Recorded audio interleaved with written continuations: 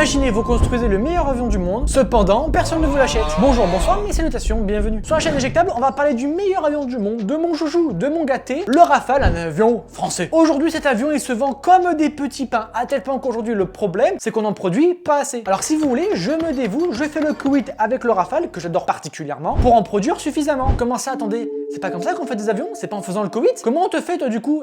Et oui, je viens d'avouer à tout le monde que je suis avionophile. Super. En général, quand vous êtes un pays, un dirigeant d'un pays, déjà enchanté, vous êtes devenu un pays, je vous serre la pince. Vous allez acheter la Rolls, la Ferrari, du matériel militaire en ayant le meilleur rapport qualité-prix. Vous n'allez absolument pas acheter un avion qui surconsomme, qui n'est pas fini, qui coûte plus cher à l'achat, à l'exploitation et dont son canon est jugé inacceptable. Comment il va le F-35? Le Rafale, c'est un avion abouti, polyvalent et efficace. Il tient tête à ses rivaux et offre un choix souverain et équilibré face aux autres solutions. Mais alors pourquoi pendant 15 ans le Rafale a littéralement été invendable? Pour vendre le Rafale, il faut faire des compétitions et gagner des compétitions. Jusqu'à là, ça paraît logique. Si tu gagnes la compétition, après, tu es le meilleur, donc j'achète ton avion. Pour vendre le Rafale, il faut gagner des compétitions et surtout participer à beaucoup de compétitions. Alors la réflexion qu'on a et qui est même logique est de se dire, oh bah finalement le Rafale, il a perdu beaucoup de compétitions ou soit il n'a pas participé à beaucoup de compétitions. Ben en fait non, car lui littéralement c'est une tournante, il a fait le tour du globe. Ah oui, non, en fait c'est pas la meilleure comparaison que j'ai faite, non, parce que dire que c'est une tournante, non, c'est pas incroyable. Non mais après je t'aime, tu es mon enfant. Oula, c'est un peu bizarre, tu es mon enfant. Non,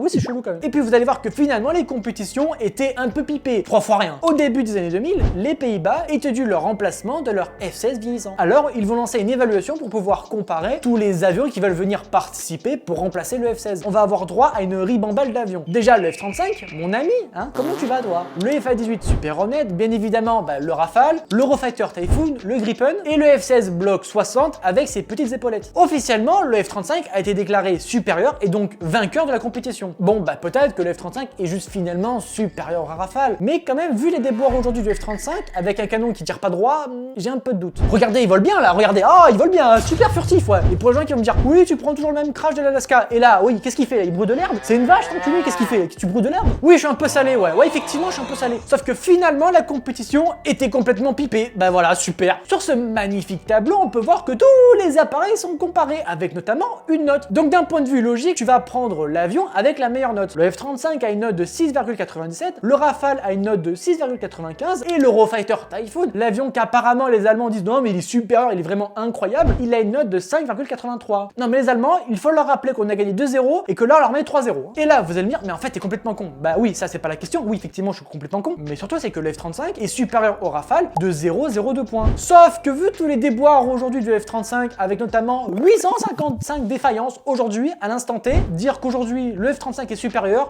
j'ai de gros doutes. Ouais, sacré doute là d'un coup. Hein. Au passage, ils ont reçu leur version opérationnelle en 2019, mais une version à l'époque qui avait des problèmes de siège éjectable. Donc vous êtes en train de me dire qu'un avion où littéralement le pilote ne peut pas s'éjecter, il est supérieur au Rafale. C'est une blague. La caméra cachée, elle est où la caméra? Non mais, et puis moi je suis pas chômeur, je suis ingénieur aussi, non? Tant qu'on y est. Et pour rajouter toujours plus de sel et de piment d'Espelette, c'est qu'en 2008, le Parlement néerlandais a exigé une nouvelle évaluation contre le F-35. Sauf qu'à ce moment-là, Dassault et Airbus avec l'Eurofighter, ils ont fait bah les gars, le choix vous l'avez déjà fait quelques années avant, vous allez pas dire oh on refait des évaluations. Vous faites partie du programme du F-35, donc ça sert à rien de participer. Non, mais c'était une compétition qui était loyale. Enfin loyale, toi t'avais un pistolet à mousse et l'autre en face il avait un char. Hein. Non mais c'était fair, hein. Non mais c'était équilibré. Hein. On va aller maintenant chez nos amis suisses, nos copains, nos amis. En 2008, la Suisse a évalué 3 chasseurs pour remplacer ses F-5 Tiger. Techniquement, avec le magnifique tableau que j'ai montré tout à l'heure, le Rafale est supérieur. Et techniquement, encore une fois, le Rafale durant les évaluations de la Suisse ont montré que le Rafale était supérieur. Cependant, en novembre 2011, le Conseil fédéral suisse a annoncé le choix du Gripen pour ses coûts d'exploitation et son achat bien évidemment moins onéreux comparé au Rafale. Ce choix honnêtement de la part de la Suisse peut se comprendre car la Suisse n'a pas de vocation d'avoir un appareil multi-rôle voire même omni-rôle pour faire du combat aérien. Le Gripen est parfait pour faire de la police du ciel. Le Rafale peut aussi le faire, sauf que c'est littéralement un peu abusé. C'est comme si demain tu te faisais arrêter par la police en Lamborghini Huracan. Ça se fait, mais c'est un peu overkill quand même. Hein. Ce contrat de 22 Gripen n'a jamais abouti car tout simplement à la suite d'un référendum en 2014, le contrat a été annulé. Mais la chance qu'a Dassault et le Rafale, c'est que 10 ans plus tard, la Suisse refait une évaluation. Donc là cette fois c'est bon, vas-y mon grand, vas-y, allez,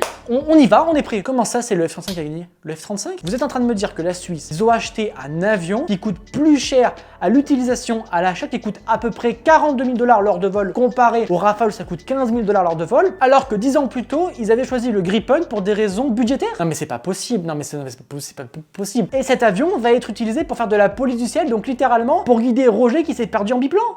C'est quoi l'utilité? Si cela ne passe pas avec la Suisse, on va essayer avec nos amis belges, avec nos alliés, ça va passer. Comment ça, eux aussi? Ou encore choisi le F-35? Non mais en fait, vous êtes raciste en fait, vous l'aimez pas. Non mais vous êtes raciste envers la Rafale, c'est pas possible. Le petit détail de rien du tout, c'est que les exigences belges faisaient déjà pencher la balance en direction du F-35 avant même le début du match. Notamment le maintien de la capacité de dissuasion nucléaire de l'OTAN, dont la Belgique fait partie. La Belgique n'a pas l'arme nucléaire, mais elle a l'arme nucléaire sous double clé américaine, notamment la bombe B-61. Et devinez quel est le seul avion de nouvelle génération qui peut emporter la B-61 américaine? C'est le F-35, voilà. Comment tu veux gagner un match de football où avant même le début du match, tu commences à 9 contre 11? Bah tu peux pas, bah là c'est pareil, tu peux pas. À ce moment-là, le Rafale gagne quand même 3-0 contre le F-35, mais il y a 0 vente. Mais comme dit une vieille expression française que j'ai un peu remodelée et que j'ai inventée, jamais 2 sans 4. On va aller en Finlande, où il fait froid, un pays nordique. Ça va bien se passer, ça va mal se passer. Ils ont acheté un avion qui, lors des évaluations, est resté bloqué à cause d'un bug logiciel qui faisait croire que les batteries étaient vides à cause du froid finlandais. Et c'est lui qui a gagné.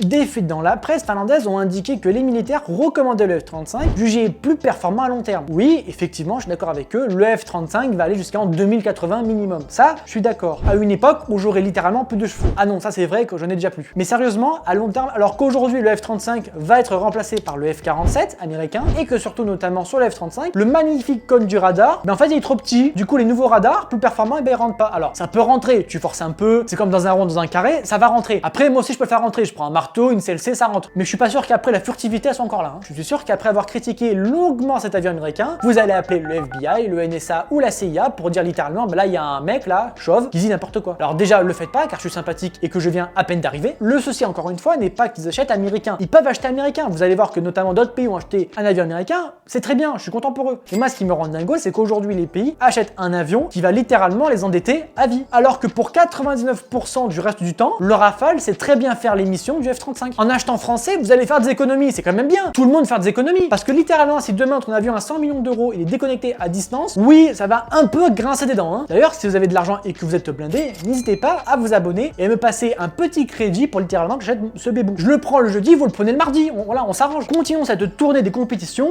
avec la tournée asiatique. On se retrouve en Corée du Sud où cette fois, il y a 2 nouveaux Pokémon qui vont se présenter aux évaluations. Le F-15 qui a plus de 100 victoires sans aucune défaite et qui même pour le fun détruit un satellite, et le Sukhoi 35. Voilà, pour un contrat de 40 avions. Pour aider la Corée du Sud à faire ce choix, il y a 5 critères d'évaluation. La fiabilité, est-ce que ton avion il marche dans le temps? Les capacités au combat, littéralement, est-ce qu'il est prêt à faire du combat de MMA? Les armements, est-ce qu'il y a du choix et du stock? Les fonctions générales, est-ce que ton avion il vole? Et la guerre électronique, où littéralement, tu me vois plus. Et patatras, finalement, vous commencez à connaître la suite. C'est le F-15 de chez Boeing qui a gagné, car peut-être, vraiment pas grand-chose, les milliers de soldats américains postés en Corée du Sud ont un peu aidé dans les négociations. Ce qui me convient largement plus comparé à l'autre. Non mais fais pas la gueule, hein, parce qu'en fait le F-15 c'est mon bébou aussi. Fais pas la gueule, non, fais pas la gueule, sois gentil s'il te plaît, fais pas la gueule. Toi t'es premier, le F-15 il est juste en dessous. Non parce que sinon après, non, car sinon après il va me faire la gueule. Pour remplacer ces Skywalk, Singapour a évalué plusieurs modèles, mais on a retenu 2, le Rafale et le F-15 de Boeing. Et vous connaissez bien évidemment à connaître la suite, même si cette fois effectivement il y a un peu plus de logique entre guillemets. Bien que le Rafale ait démontré une aérodynamisme supérieure, Singapour a critiqué son rayon d'action jugé insuffisant et l'intégration de ses armements et de ses capteurs. Le choix singapourien s'est donc porté vers le F-15 au lieu du Rafale, et donc ça fait encore une fois une compétition perdue par le Rafale. On vient quand même de se prendre une belle ribambelle de refus, et puis des fois on a droit à des accords verbaux, comme par exemple avec le Brésil en 2008, sauf que pas de chance, un jugement de gouvernement et plus rien. En 2008, le Brésil a lancé un appel d'offres pour 36 appareils, avec toujours les mêmes protagonistes. Le Rafale à une époque a bénéficié un temps de l'accord du président, sauf que bah effectivement le président élection ça change, et le Rafale, le contrat, poubelle. Et c'est finalement le Gripen de Saab qui a remporté le contrat. Ça fait clairement bien chier, mais le Gripen est un choix logique, ils ont besoin d'un avion pour faire de la police du ciel. Et le Gripen est un choix pertinent. Et ne dites pas ce que je n'ai pas dit, le Gripen n'est pas qu'un avion pour faire de la police du ciel. Il sait aussi marmuler des gens et faire du combat de MMA. En dépit de tout ce bordel ambiant et des ventes qui sont passées sous le nez à cause de pressions différentes et diverses, quand tu as l'opportunité d'une vente, tu la conclus, tu la signes. Ben non en fait. La France France a proposé le Rafale au Maroc qui cherchait 18 à 24 avions de combat. Des négociations ont eu lieu en 2006-2007 qui étaient plutôt bien avancées pour le Rafale, sauf que finalement c'est le F-16 qui a gagné. L'offre française a été jugée beaucoup trop élevée, surtout c'est qu'on avait eu droit à deux offres très différentes de la part des Français. En plus à ce moment-là il y avait des pressions, bien évidemment, il y avait un bordel politique. Bon, effectivement c'est auto-saboté quoi. Et surtout c'est que l'offre américaine était implacable. Les Américains proposaient 36 avions pour 2 milliards de dollars et les Français proposaient 18 Rafales pour 2,3 milliards de dollars. Quand tu as une offre comme ça sur la table, bah t'es foutu en fait. Hein. Non mais super, on vient de perdre un contrat à 2,3 milliards de dollars quoi. Super, 2,3, génial, super. Cependant, on peut dire merci au miracle égyptien qui a débloqué cette réputation d'avions invendables, d'avions beaucoup trop chers et après les ventes ont suivi. Au Qatar, en Inde pour la marine indienne mais aussi pour l'armée de l'air, la Croatie, la Grèce, les Émirats Arabes Unis, bref, une fois que c'est parti, on est lancé. Hein. Et même des clients qui avaient initialement acheté de l'Eurofighter Typhoon, maintenant se posent la question de les remplacer pour acheter du Rafale. En mars 2025, l'Autriche annonce vouloir remplacer ses 15 Eurofighter tranche 1 par 36 nouveaux appareils. Le choix se fait donc entre l'Eurofighter tranche 4, le Rafale F4 et bien évidemment mon ami le F-35. Mais ça serait quand même assez drôle et assez comique que les Autrichiens préfèrent littéralement le Rafale à l'Eurofighter. Ça serait drôle, ça serait cocasse. Si le Rafale a perdu, il n'a pas perdu pour des raisons de performance ou de technique, mais pour des raisons politiques, de pression ou financières. Alors j'ai qu'une chose à dire à vous en tant que pays, achetez le Rafale. Merci d'avoir regardé cette vidéo sur le Rafale, n'hésitez pas à vous abonner, c'est gratuit. Et nous, on donne rendez-vous dimanche prochain pour une nouvelle vidéo, comme d'habitude. Faites attention à vous et puis ciao.